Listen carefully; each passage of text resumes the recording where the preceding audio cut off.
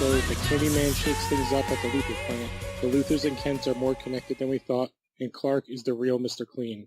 This episode is Jitters. Hi, I'm Lou Gonzalez, and joined as always with me is Alan Muir. I got the shakes. Yeah, that joke's gonna be happening a lot. This episode's pretty crazy. Our Freak of the Week. They never really give a name, but I guess it's Jitters. Earl something. Well, no, I know. Yeah, they don't give him like a weird code name. I guess have they given anybody a code name yet? I don't think so. Yeah, I don't think so. Oh, okay, I don't know why like that. Maybe it's just I got Flash on the brain or something. But yeah, so our guest star is Tony Todd as Earl Jenkins. But yeah, who also has history with both the Kents and the Luthors. Yeah, and this was like a kind of interesting episode because this is a very world building. Although the episode itself is great, it's the little things going on behind the scenes and around the main plot are what's really building up this whole world and conflict between the Luthors and the Kents. All right, but we can get into the episode. So we start off with the Kents basically saying goodbye to Clark. They're going on I guess it's a date to Metropolis. I think it's both a date and like a 1 day or 1 or 2 day getaway. Yeah, because we definitely see them at dinner and they're like calling and stuff. But at first I thought they were going there for like business or something to try to figure something out, and they just happen to, since they're there, they're going to go out on a date anyway. But they leave, and of course, like anytime you leave a high school freshman alone at home, he decides to throw a rager. Party! And it is the most early 2000s, late 90s high school looking TV movie party. Yeah. There's like people I was just waiting for Stifler to show up. Yeah, I feel like there are people like skateboarding inside or rollerblading. Like it was just like every genre thing you could think of that would be in like an American Pie movie.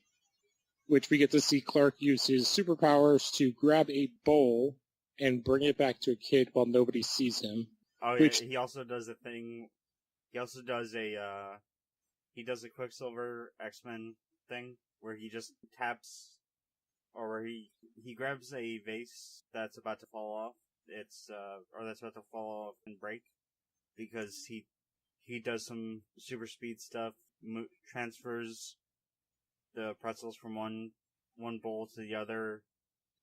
I actually dug that I really love when they do Clark's perspective of his super speed. Well, yeah, because it's what we've seen right now in season 5 of The Flash, which is Flash Time. That's basically what we got here, because he's moving at normal speed and everyone else is frozen like a statue.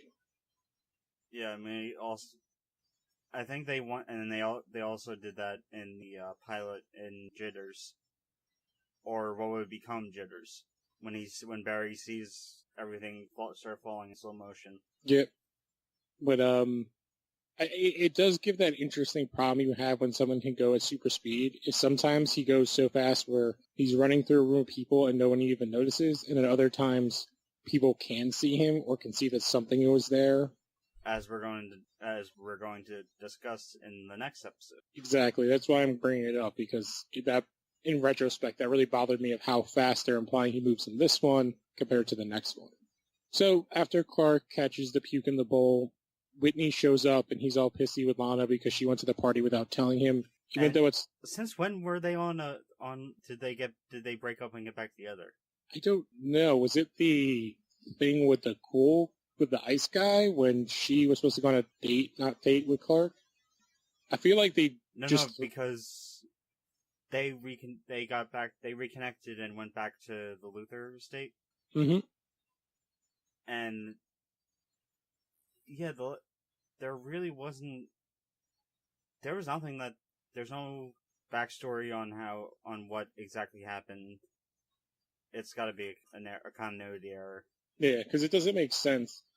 But I guess between all this happening, we cut to Tony Todd, to a woman like putting her baby to sleep. She leaves the room. Tony Todd enters the room, wet from the rain outside. He picks up the baby, like hugs it, I guess, and like tells him he loves it. I don't know if it's boy or girl, and puts the baby down. And then he starts seizuring, I guess is the best way to put it. Well, he says Daddy's gonna get better soon. Yes, but he's holding the crib, I guess, and like he starts shaking in a kind of. I feel like since this is the first one, it's not as violent as the other ones and crazy. Well, no, he's actually. They don't. They show everything but him. They show it from. They simply just show the cradle start shaking violently. Yeah, and the mobile. Yeah, the mobile. Yeah, and then he basically we don't see him, but he leaves the room, and then the mom comes back in like really confused. Yeah, as soon as I remembered this episode, and as soon as he was going towards the baby, I was like, no, don't shake the baby. Exactly. I was thinking the exact same thing. I was like, they're not going to have him to shake a baby, are they? But he does kill someone in like 5 seconds after this, where he basically it was an accident. Yes, he basically the actor who played the guy he killed would come back in the third or fourth season. Yeah, we get a lot of that in these coming episodes of actors who come back as other characters later on down the line. But yeah, he basically leaves his apartment. Across the street is the Luthor building. He goes to take his pills, and they shake out of his hand and go all over the ground. Yeah, and I was expecting him to do one of those raising the camera as he's like kneeling in the rain. Oh, like a Shawshank Redemption shot? Yeah, but in reverse. Yeah, but like the crane with the rain pouring down, him like shaking his arms in the air. Yeah. Yeah, but yeah, he then goes to try to talk to his buddy, who's the janitor at the Luthor Corp, to get him to see Lionel. He says no, this is our first mention of level 3. He's like, that's the stuff that got you fired. And he starts to have a seizure again, and it shatters the glass in the door, but the janitor sees, and the janitor realizes like something isn't right here. He's not on drugs. This is something abnormal. Because his shaking he's not shaking. He's more like, I don't know how to describe it. It's just like, it's like a weird effect they're using where like they're filming him, then like kind of doing like quick one shots, but they're doing like the transition super, super quick. So it's very jarring. It doesn't look great, but I get what they were trying to go for. Yeah, also, I just found out that apparently this episode was the 4th episode that was filmed, and was originally supposed to go as the 2nd episode. In the season? Yeah, which would explain why Whitney and Lana are... Oh, that would have been...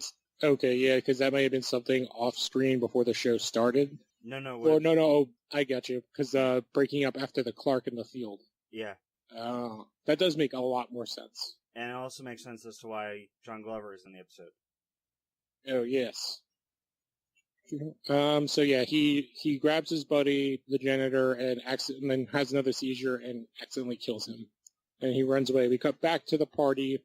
Whitney and Lana are fighting in the barn. They hear something. Lana runs in to get Clark. He goes into the barn, and Whitney armed with a pitchfork, and they pull a tarp off of what ends up being Earl. Clark recognizes him, and they call an ambulance when they see that he's having a seizure. But we also see Clark reacting with like that awesome hand kryptonite thing. Or as I'm calling it, his hand arthritis. Or his kryptonite arthritis.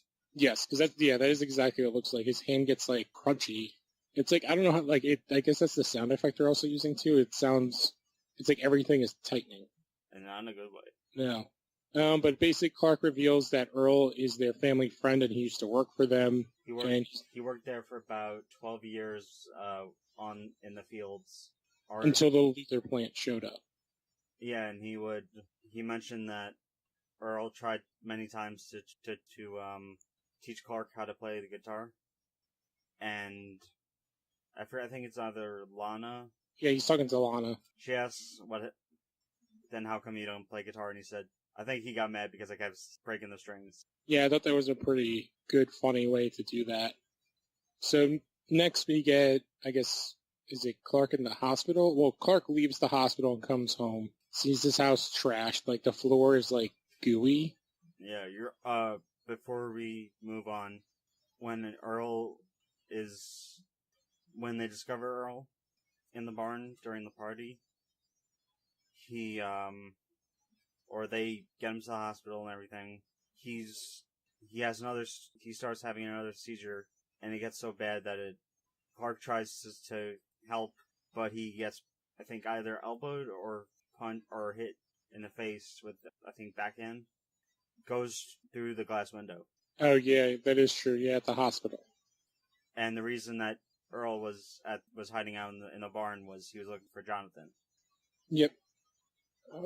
I guess during this is where we get a couple of our there's like a couple small little B plots, and then there's like the one really big B, or I guess kind of two big B plots. So Lex also crashed this high school party and set up the fireworks, and also paid off the cops, I guess. So he is going to a high school party, I guess, again, to kind of help Clark. I get that the relationship they're trying to build. He's a 21-year-old going to a high school party. Yeah, that's what I mean. Like, with I get 14-year-olds and with mixed ages. Yeah, well, because if people under the age of under the drinking and the age of consent. Yes, and I think I remember watching I forgot what the name of it was. It was I think it was about a college guy going to a high school party, and how he was just miserable the entire time because everyone there were like, didn't you graduate already? Get out of here.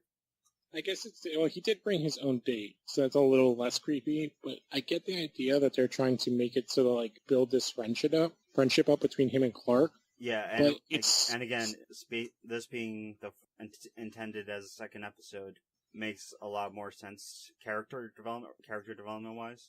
Yeah, because it's a lot closer to the accident and him trying harder. And also, we haven't Lex. This is Lex fence fight with Lionel. Oh yes, that is true. Oh, that actually changes that concept a lot because they're fighting over in that episode the cutting of the workforce at the plant. That kind of completely changes how that story fits. Yeah, because it would make sense if they're cutting the forces after all this bad publicity and all this damage done at the plant in the previous episode. Yeah, and it got to a point where, behind the scenes wise, there were reshoots. There were 3 different directors: Michael Watkins, Greg Beeman, Phil Segretia. It was just, I'm assuming it was pretty hectic. Yeah, it sounds crazy, and that is an interesting thing that I did not know, and it does add a kind of interesting take on this episode in the continuity. All right, the couple other little B plots we have is when we are with the Kents, with Jonathan and Martha on their date. It is brought up by Jonathan that Martha, I guess, is either from or lived in Metropolis for a while, and he kind of asked her if she regrets moving to Smallville. And her response is great, but it is a little thing that we will revisit over time again and again. And it's something that'll be revisited also, or again, in a season 10 episode. Oh, when they go to the alternate Earth? When they go back to the alternate Earth. Okay, yes. Or Earth 2, as people are calling it. Yes. It's the Uber... Ultraman. And then the other is obviously the Lana, Clark, and Whitney love triangle. Gets a little bit more added in it. Again, makes more sense now you're saying it if this was the second episode. But yeah, Whitney's all kind of... I don't know how to describe it. He's just kind of pissy that she went to Clark's party. Yeah.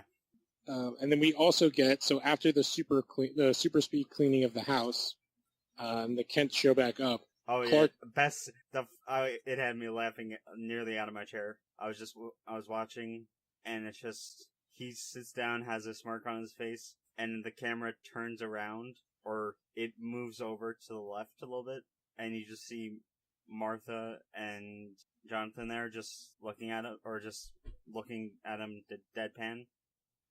Because if they say something like, "Oh, did you think you were going to get away with it or something?" And he basically just throws I was in the hospital all night, and they're like, "Oh my god!" It's like, well, not for me. Earl was here, and he was all weird. Yeah, and Martha mentions that she called 6 times, spoke to 6 different people, and none of them knew who Clark was. But this is also Clark reveals to his parents the connection he's starting to form. Yeah, that when he got close to Earl, he got sick, quote unquote. And it was just like when he would get close to the meteor rocks. Yeah. So from here, I can't remember. I think this is when. So I think the cops are there at the hospital, and Jonathan goes to go visit because Earl's been arrested for the murder of the janitor. Yeah. And they have a talk, and once again, he tells him about Earl tells Jonathan about level 3. Clark is kind of outside the room, and Earl uses the little button to talk to him. And Clark, being a stand-up guy, has no problem that Earl basically knocked him on his ass. Yes. Then basically Clark, while him and Jonathan talk after Jonathan kind of comforts Earl, but doesn't really say anything like, oh, he's actually going to do anything for him. Earl listens in on Clark saying that their class is going to be taking a trip there tomorrow. I don't even know if it's tomorrow or it's that day. I think it's tomorrow. No, it's Lex who mentions it to Clark, Lana, and Chloe. Yes, but Clark mentions it to Jonathan while Earl is overhearing them through the glass. So Earl knows that the kids are going to be there. I did not notice that. Yes, he's holding the button, like how he talked to Clark. Good one, sir. Good one. Yeah, so Jonathan and Clark are talking, and then it cuts back to Earl, and he lets go of the button, and he was listening the entire time. So it's more inclined to say that he hears that Jonathan isn't going to help him, so that pushes him to try to escape, which he does. But it is also, I think it's in the conversation with Jonathan where he talks about how they were trying to use the meteor, or they were trying to use some new chemical to grow the corn faster. Yeah, no. And there was an explosion, and it got embedded in his skin. And it's also when the doctor... No, it wasn't necessarily an explosion, or he says there was an explosion, and he had to mop it up, and he said that it got under either into or under his skin. Yes, and I believe that doctor, when Jonathan is there, shows the x-rays that the seizures, he can't figure out a reason why. There is some unknown, does he say metal? I think so. In his skin, like underneath his skin, and his body is shaking to try to get it out, but that it's causing like fractures all over his body, and that if it continues, he will die. So the next day, we cut to the kids going to the fertilizer plant. We are introduced to Chloe's dad, who throws out 50 bad dad jokes, and Chloe wants to kill herself. Earl escapes. He makes his way to the plant. He goes through his route, and he gets to the end, and it is a janitor's closet, and then he's like slamming on the wall because he knocks over one of those big desks too. Yeah, it reminded me of it's like the room that they put the guy in Office Space, Milton. Oh yeah. Like he just throws those little. I'm gonna burn this place down. Yeah, what about my stupid? But yeah, basically it's a little janitor. It's actually like a big closet for like a janitor's closet, and there's desks. So it's like auxiliary storage. But he loses it at the wall because he's like, "Where's the elevator?" Which obviously we will get to. Yeah. Clark breaks off from the tour group, zooms around. While this is happening, Earl takes everybody hostage. He comes in through a door and jitters his way. He puts Chloe's dad at gunpoint, right? Yeah. Everybody tells him that there's no level 3. They've never heard of it. You get I think SWAT shows up and everything, and that's when Lex is there, and he's like, nothing is all this stuff doesn't make any sense. What he's saying, there isn't real. Well, he also he has the guards let Martha and John in. Yes, and they see what's going on, and then they don't see Clark. Clark shows up 10 seconds later and shows Earl the blueprints, and that there is no level 3. Earl points on the blueprint with his gun, saying, "I followed the red pipe all the way to here, then I take the elevator down to level 3. And he says to him, "You don't blame me. You're just like everyone else. So just go sit down." Exactly. And so basically that goes on. Lionel shows up via helicopter, and basically says that they're not going to negotiate with terrorists, and there's nothing they can do. And then this had to have been post 9/11. Yes. Because that is a George W. Bush line, if I ever heard of one. It was used in a lot of and Bill Clinton too. Stuff before then, but this came out December 11th, so a couple months after. But I believe, where were we? So Lionel shows up. He calls Earl on the phone and says that there is no level there's no level 3 on the blueprints. Blah blah blah. Earl has an episode and grabs a valve. He breaks it off, and it raises the methane levels. Now the place is going to, at some point, explode. So now there is much more emphasis on, something has to be done. Yeah, and then when he tries to be a hero and gets shot, even though if he did get shot, the whole place would have blown up. Yes, but also part of that is he tries to get Clark to help out, and Clark, kind of knowing that the meteorite's going to hurt him, says no, and it makes him look like Lana says, like, oh, it's okay to be scared kind of thing, and Whitney goes for it anyway. He gets shot, like, off screen. Yeah, because it looks more like he just gets, like, smacked. Like, that's why I was confused when he was bleeding later. So, like, I guess he was shot, but we never actually see him get shot, which I guess is a way to get around TV ratings and stuff, having an adult man shoot a high school student in the chest. No, he got shot in the arm. Oh, it's in the arm? Okay. I thought it was, like, kind of shoulder, chest area. Well, yeah, shoulder. It's going to affect his scholarship. Yeah. So at this point, since no one's doing anything, Lex decides that he's going to go in. All the SWAT people let him go in. He takes off once he's inside. He tells Earl that he's going to take him to level 3 if he lets everybody else leave. And Earl's like, oh, I can't believe a man would let his son go in here. And Lex is like, he doesn't let me do anything. He's like, oh, like, I can't believe it. Well, they have like a back and forth about how shitty Lionel is. Yeah. And so everybody leaves. Clark rolls his way back in before the doors get closed, and they're all sealed inside. Yeah, the exact line I think from Lex was, if this place goes, my father will just have PR spin it. Yeah, he said all that in front of everyone, which I thought was an interesting way to, like, kind of reveal exactly who the Luthors are. So we follow Clark following the red tubing, just like Earl said, and he goes into that room. He uses X-ray vision to see that there's an elevator behind it. We then cut back to Lex and Earl, and Lex is telling him, like, there is no thing, like, it's all in your imagination. And then I think Clark uses, like, an intercom that we haven't seen before and tells Earl that he found it. Earl brings Lex, and they see the elevator. When they get inside, just Lex and Earl, there's only the 2 buttons, and, Lex is again like, oh, it's only level, 1 and 2. And then I love the actual fact that it's a blacked out button. Yeah. I thought that was such a good little thing. Like, oh, it's something like you wouldn't see. Like, it's not totally hidden, but you wouldn't see it unless you were looking for it. While this is going on, Clark goes into the control room and super strength, like, turns the valve. But wasn't there a camera in that room, how they were watching everything? Yet everybody says nobody saw it. Because I thought they were watching the kids earlier. That's the scene where he notices the Chloe's dad's office that has the blueprints. Oh, it's also, and Earl had shot out the camera as well. Yeah, because after the valve gets knocked off, he goes up to the camera and says, see what you made me do, and just shoots the camera. Yep. So they go out onto the catwalk. Lex is brought out with Earl, and the entire place is empty. Earl starts explaining again that they were like sprayers everywhere, spraying the green mist out over the corn, and they're like, 20, 30 feet in the air. Earl has an episode. He shakes. The catwalk starts to break, and the 2 of them are dangling off. And Lex falls, but grabs onto Earl's legs. Yes. So, and I don't see how Clark would have been able to lift Earl up, lift both of them up. I guess the only thing I could think of is since he works on a farm. Well, the kryptonite, he's still like, big guy, but it's also that it's not direct contact with kryptonite. It's like kryptonite sort of something that's diluted that worked its way into Earl's skin. Yeah, that's a better. That's like a good like kind of headcanon. So it's not like pure kryptonite. It's diluted. So it will weaken him, but he can still like beast mode it up.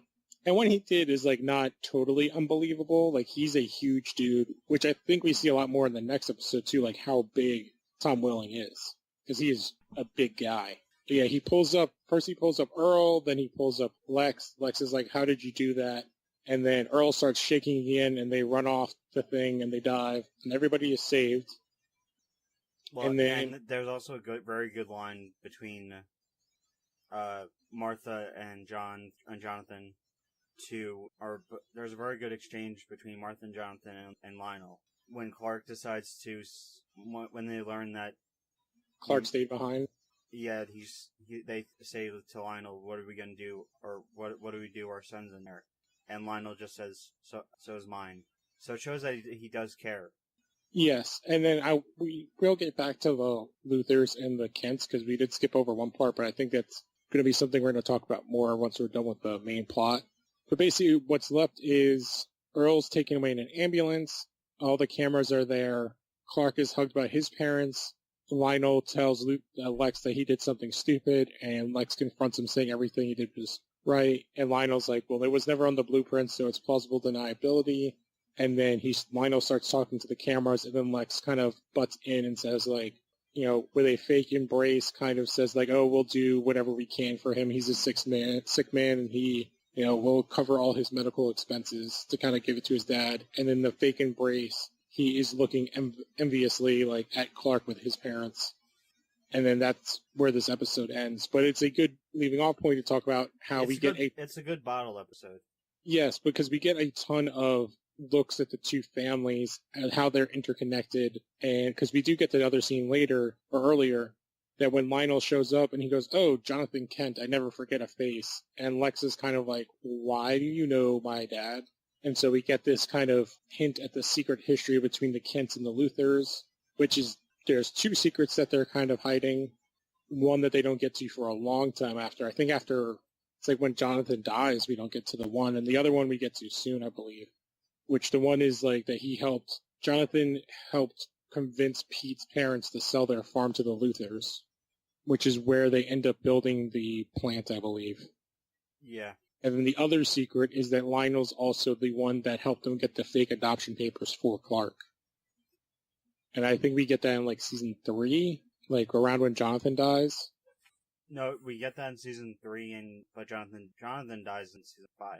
Oh, he dies in season 5? Okay. Yeah, it's the episode where Jor-El tells him that someone has to die, and there's many people that they're fake. There are deaths that don't count. Deaths that, like, one of them, Lana dies. In one, I think Lex dies. It's a loved one will die. You have because of the sacrifice that Jonathan made at the end of season 4. Oh, okay. But I do think it's we start to get, besides just the Lionel and the Kent's backstory, we get to also see the Lex seeing like the absolute antithesis to his relationship with Lionel in Clark with the Kents. And there is a jealousy there from Lex. Because it's not just that, like, oh, he has love. He has both parents, and they both are awesome, and they both care for him, while he only has the one who's a shit to him, like, all the time. So, I don't know, do you have any other thoughts on this episode before we go down our best scenes and worst scenes and actors? This is one of those episodes where you get a real sense of you get a sense of how great the show can be in this episode. Oh, absolutely, because they turn a Freak of the Week story into, like, massive world building and backstory building. And something else that it was a little plot, a tiny plot detail, but before they go to the hospital to see Earl, Jonathan says have Bob Ross, aka Pete's father, meet him at the hospital. Oh, I did not even notice that. So I guess that is, again, like, character and world building where you get to, like, hear the connections in the town. I'm pretty sure you never see the character. You see Pete's mother. But, yeah, it was just something I liked seeing. Yeah, this was overall, like, an amazing episode. I actually think these, like, 3 episodes, the one that we just did, this one and the next one, are a great kind of 3 episodes to show anybody that doesn't know a bunch about the show, to kind of show them the different levels that this can go. Because you kind of got the weird kind of horror high school element. You have this kind of interesting family dynamic hostage situation. And the next episode, when we get to it, you get a problem that can't be defeated with any of Clark's powers, really. Yeah. All right, so did you have a favorite scene or sequence in this episode? Yeah, the dinner scene, or the restaurant scene in Metropolis between Martha and Jonathan. It is a great scene because you get to see, like, those two actors kind of, and you get to see the chemistry. The chemistry, the fact that that they don't have to deal with Clark and everything. It's just their story, and the fact that the little threads from that are, like I said earlier get picked back up in season 10. My favorite scene is actually kind of the last shot of the episode, which is the two hugs. Oh yeah, because I think you get the differences between the families. Yes, but you get so much of what's going on in Lex's face. Yeah, like it's like one of those things where Rosenbaum, I love him, and he hasn't really gotten to do he's gotten shots to do stuff, but I think there are times in this show where he absolutely crushes his interpretation of Lex, and he gives so much nuance and subtlety, and he makes you feel empathetic at times for Lex, as well as gives you those like Lex's scary as shit moments as well. Yeah, it's a shame he hasn't honestly, it's a shame that he hasn't done bigger stuff. Yeah, the only movie I remember him from where you see him is a movie around this time, Sorority Boys. It's like him, the brother from I think Seventh Heaven. Oh yeah, where they have to dress as girls to get into, or they dress as girls to get into a girls fraternity or something. Yeah, sorority. Yeah, and sorority. I don't remember why, but I do remember that it's like very, I don't know. The movie is ridiculous, but it's like the only, like, I know he did a show for like TV Land a couple of years ago. Like, he's done shows. Yeah, where he was the fake priest. Yeah, he's done preacher, or priest. Yeah, he's done like stuff all over the place, but he's never really gotten anything that like really stuck. Yeah, he was also on the episode. He was also in the movie in that weird breakdancing movie with Jamie Kennedy. Oh yeah, is it Malibu's Most Wanted? No, it was a movie where it was like Jamie Kennedy's character was in a coma for. I didn't know that they gave more than one movie to Jamie Kennedy. Yeah, he didn't deserve it. Basically, Rosenbaum played the bad guy, the antagonist of the movie, and he kind of stole the movie. And again, it's a shame he left Smallville when he did, because he sort of got typecasted as a villain character, as a bad guy. I mean, the most recent thing he did was Guardians 2.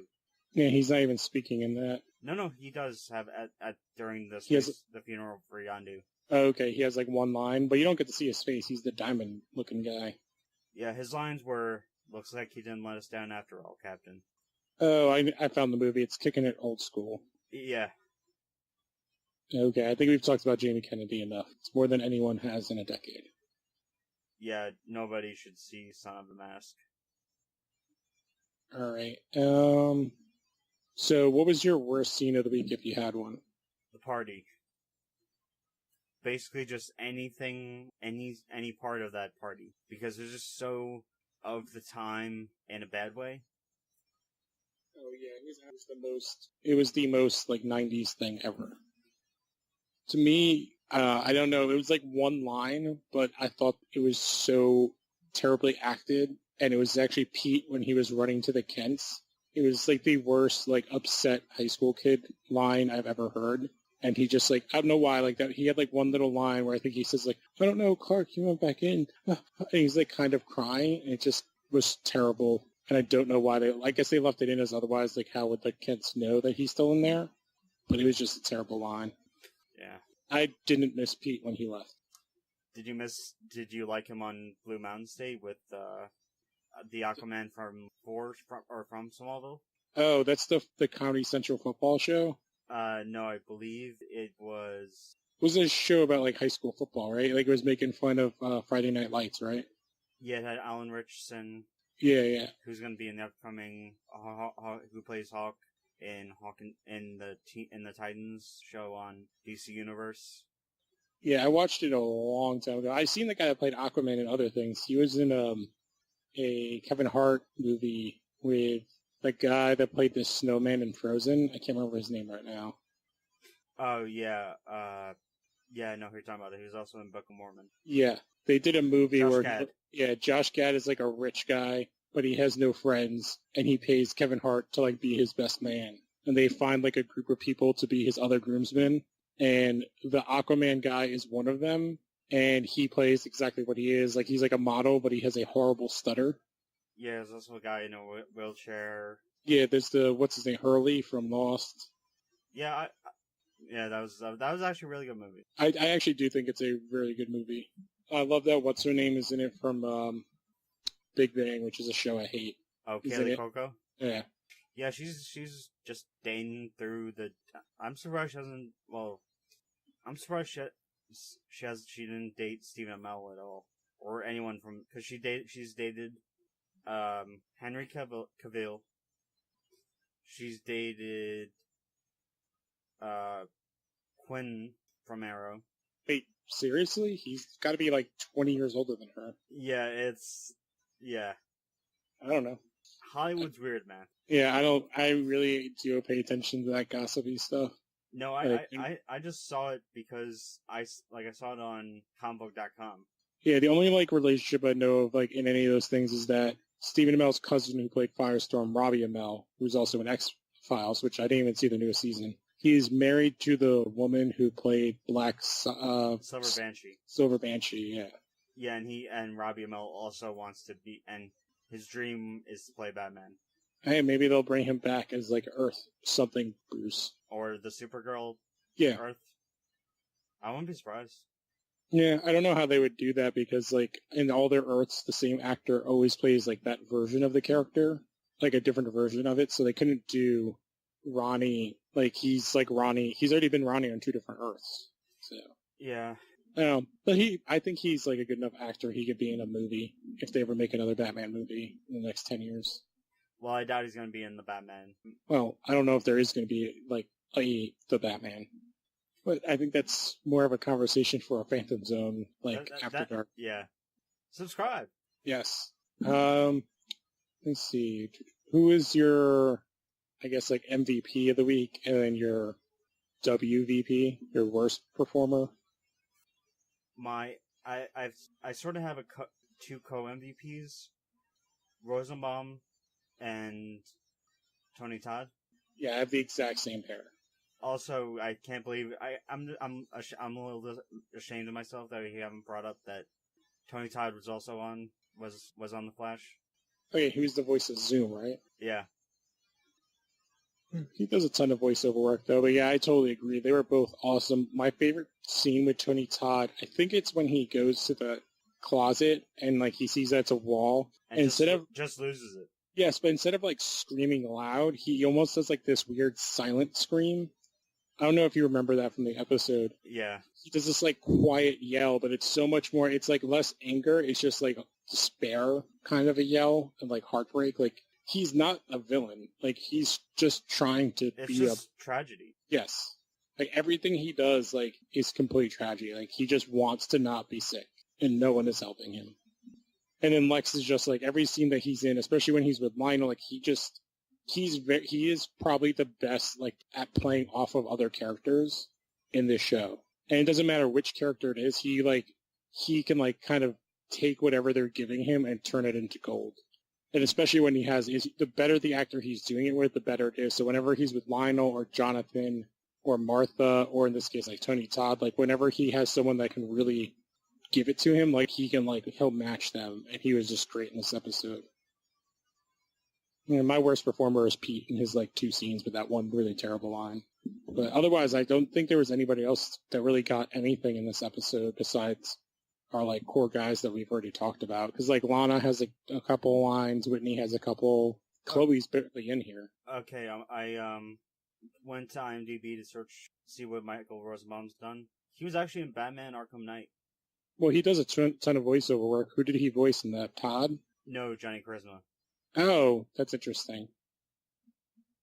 But yeah, he's gonna be in his upcoming role next is The Neighbor. I don't know what that is. It's a film starring William Fichtner.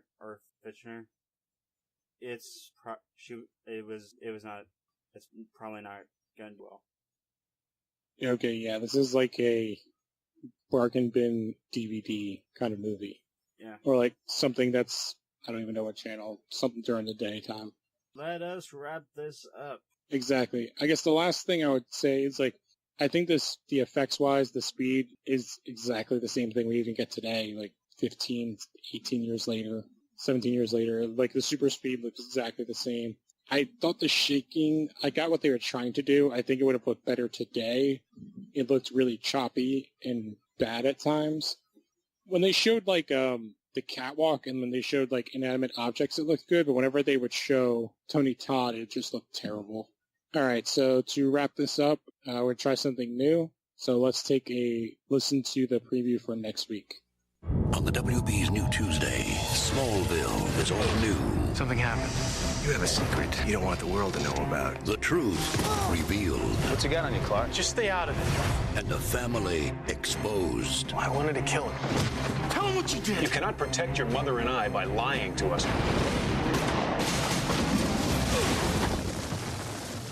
An all-new Smallville. All right, so next week's episode is Rogue, and it's an interesting episode. I watched it just a little while ago, and we get to see Clark have to handle a situation we have yet to see him have to deal with in the season so far. Yeah, I'm hoping we can do more stuff like this, because it'll just add more Smallville-ness to it. Yep, and, you know, we're always trying to get the show to evolve and grow. All right, so do we want to do plugs? Yeah. Okay, follow me on Twitter at @TheAlanMirror. Follow me on Instagram at ComicsBoy. Don't forget to join the Phantom Zone group on Facebook. Don't forget to listen to the Phantom Zone podcast, or else you won't be hearing those crazy After Dark specials, where things just went crazy for nearly 2 hours. What else? Oh, the E3 postmortem of Video Game Hour, starring Emmett Watkins, Hunter Davenport, myself, and a guest. That'll already have been up on losthorror.wordpress.com, so look for that. All right, and I'm Lou A. Gonzalez on everything. I'm also in the Phantom Zone group, usually in the After Darks. We should be doing either like a Cloak and Dagger kind of review at this point. Either we did it or we're going to do it. The Fantastic Four and the Incredibles movie specials should be coming out soon. They haven't come out yet. And then we'll be prepping for Luke Cage, which should be coming out around this time. So hopefully season 2 of that is good. And because I know everyone's excited for some Iron Fist sprinkled in. I know I should be excited for more Luke Cage, but I'm actually more excited for Preacher coming back. I have not watched that show. It is on my list. I think after I catch up on Westworld, I am going to jump in on Preacher. I recommend. Well, seasons 1 and 2 are on Hulu. Okay, then I could be able to. I have a Hulu account, so I'll be able to knock them out fairly quickly. Season 1 is basically a prequel to the series, or to the books. Yeah, and they sort of do the Walking Dead-esque in one, or from the early years where they were like one location per season. So season 1 they were in Annville, Texas, and in the second season they're in New Orleans. And there's also one of history's most evil men is a main character on the show. Oh. When we saw it, we all lost it.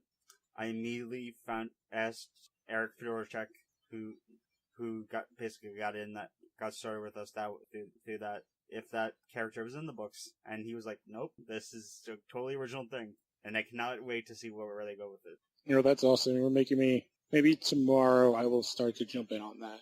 The only thing, though, is they diverge from the books. So certain things from one book will happen in season 1, like what the flashback scene or the flashback moment with Jesse's dad. They then mix in season 2 Air Star, and also basically it's a mishmash, but done very well. All right. I'm definitely excited to check that out. But we will catch you guys on the next episode. I'm Lou Gonzalez. I'm Alan Muir, and this podcast stands for Truth, Justice, and the American Way.